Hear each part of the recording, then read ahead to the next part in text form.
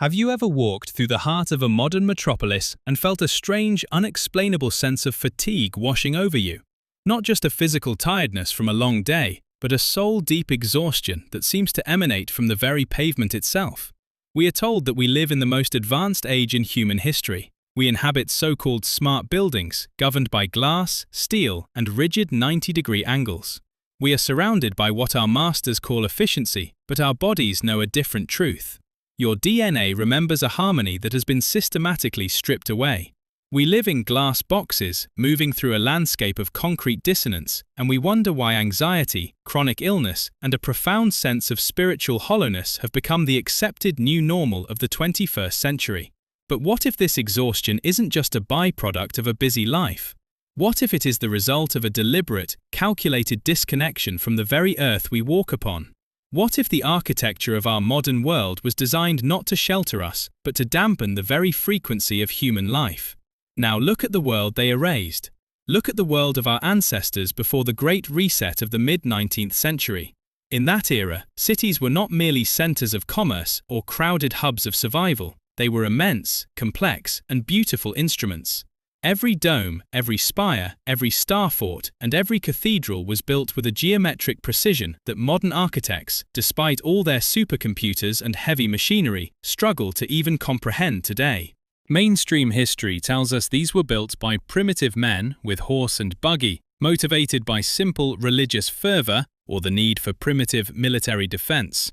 They ask us to believe that peasants living in wooden shacks spent hundreds of years carving granite and marble to build structures they couldn't even heat. But your intuition tells you something else entirely.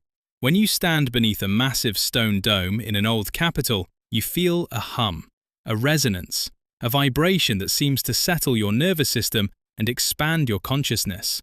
This is not your imagination. It is pure physics.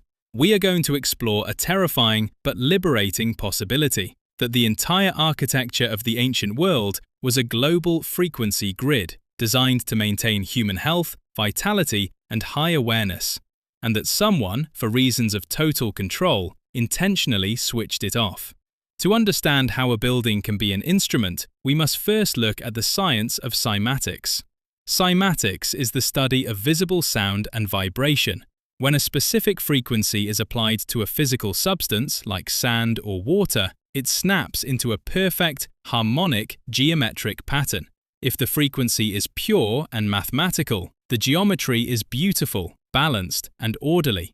If the frequency is chaotic or discordant, the pattern collapses into a meaningless mess.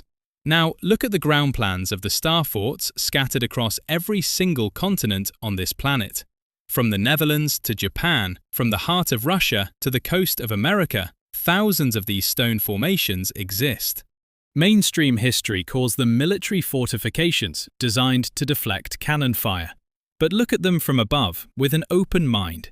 They are shaped like perfect fractals, snowflakes, and stars.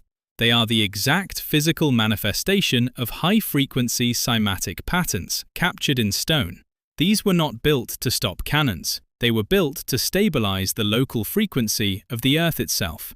These structures were placed precisely on ley lines, the invisible meridian system of our planet, acting as massive amplifiers for the Earth's natural magnetic field. By using specific materials like geopolymer stone, red brick, and quartz-heavy granite, the ancient architects created a standing wave of energy. In these harmonic cities, disease was a rarity because the environment itself was a healing chamber, keeping the human biological field in a state of perfect equilibrium. We are living in the ruins of a wireless civilization that functioned on a level we can barely imagine. Look closely at the old photographs of the great world's fairs of the 19th century. These temporary palaces, as they are called in history books, were topped with complex metal structures, globes, and spires that historians dismiss as mere decoration or Victorian fluff. But look at their design with the eyes of an engineer. They are capacitors. They are atmospheric antennas. The air around us is perpetually filled with etheric energy, the free, radiant electricity that Nikola Tesla tried to give back to the world before his laboratory was burned and his name was slandered by the financiers of the age. Before the mid-1850s, this energy was harvested by the spires of our cathedrals and channeled down into the heavy stone foundations, creating a wireless power grid that served both the soul and the body. This is why temples and churches were built with such immense inhuman scale. They were not just for prayer, they were energy hubs where the population could go to literally recharge their own biological batteries. The stained glass, the pipe organs, and the vaulted ceilings worked in unison to create a frequency bath that repaired DNA and elevated the spirit. But free energy and healthy, high-vibrational humans are impossible to manage, tax, and control. To implement the modern system of debt, dependency, and fossil fuel consumption, the old grid had to be dismantled. They called this progress, but it was a global demolition of our biological heritage. They replaced the spires with factory chimneys. They replaced the harmonic domes with square, discordant boxes. They literally detuned the entire planet.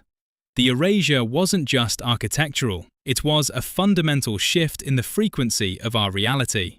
In the mid-19th century, a global standard was enforced that changed the way we perceive sound, the tuning of music to 440 Hz. Prior to this, many cultures used 432 Hz, a frequency that is mathematically consistent with the universe, the golden ratio, and the human heart.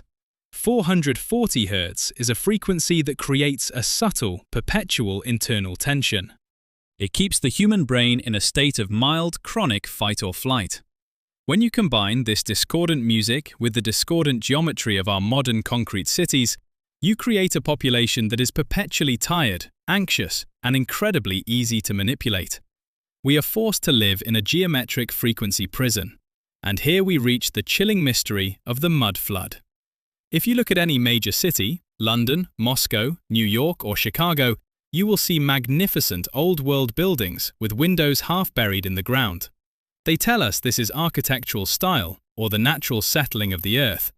But go deeper, these are the submerged remains of the pre-reset world. A global cataclysm, or perhaps a deliberate weaponization of the environment, buried the first floors of the high-frequency civilization in a layer of mud and silt. The survivors were forced to dig out what they could, but they had lost the keys to the machines. They moved into these grand palaces like squatters, unable to explain how they were built or how to turn the power back on. This is why 19th century photographs of supposedly newly built cities show empty streets and massive mud-caked ruins. The people you see in those photos aren't the builders, they are the excavators, the inheritors of a glory they didn't create. Consider the scale of the world we inherited and the silent giants who must have walked it. Why are the doors of our ancient post offices, libraries, and courthouses 20 feet high? Why are the steps so steep and the ceilings so far out of reach? If we built these structures for ourselves, they are a catastrophic waste of material and heating energy. But if they were built for a generation that lived within the high-frequency grid, a generation whose biology was optimized by the atmospheric energy around them, allowing them to grow larger and live longer, then the scale makes perfect sense. We are told stories of evolution and steady progress, yet we are the ones who seem to be shrinking, both in stature and in spirit. We are living in the repurposed ruins of a giant advanced civilization that understood the secrets of the ether. The most chilling part of this great detuning is the phenomenon of the Great Fires. In the late 1800s, almost every major city in the world suffered a catastrophic blaze. Chicago, Boston, Seattle, Toronto, Moscow. The list is endless and statistically impossible. Each time, the most magnificent, high-tech ancient structures were leveled to the ground. We are told it was accidents, lanterns, or bad luck. But look at the photographs of the aftermath. Stone and brick do not burn to ash. These were controlled demolitions of the old-world energy grid. They had to clear the star forts and the etheric antennas to make way for the wood and coal cities of the new controllers. They burned our heritage to replace it with a meter and a bill. They destroyed the architecture of health to replace it with the architecture of profit. We are now approaching the final culmination of this silent war on human resonance. Today, the stone spires of health have been replaced by the steel towers of surveillance and cellular broadcasting. The cathedrals of resonance have been replaced by data centers. The frequency is no longer tuned to your heart, it is tuned to your pulse of consumption and your level of compliance. But the reset was imperfect. The geometry still stands, hidden behind modern facades or buried under layers of pavement. Every time you feel that unexplainable awe standing in an old stone hall, or that sudden sense of peace in a quiet old-world courtyard, you are catching a ghost of the lost frequency. The stones are still trying to talk to you. They are still vibrating with the memory of a world where energy was free, where the air was electric, and where health was a natural birthright. The resetters tried to hide the truth under layers of mud, manufactured wars, and official history books, but geometry cannot be lied to. It is the language of the Creator.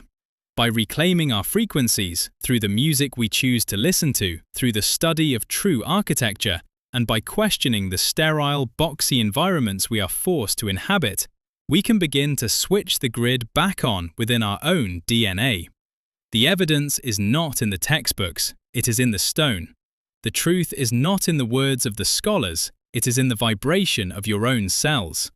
It is time to stop looking at history as a linear timeline of events and start listening to it as a symphony that was violently silenced. The architecture of health is still there, beneath the surface, waiting for a generation with the ears to hear it and the courage to reclaim it. The signal is weak, buried under a century of noise, but it is still broadcasting. All you have to do is learn how to tune back in. Look at the spires, look at the domes, look at the buried windows. They are the evidence of a century that was erased, but never truly gone. The past is not behind us, it is vibrating right beneath our feet.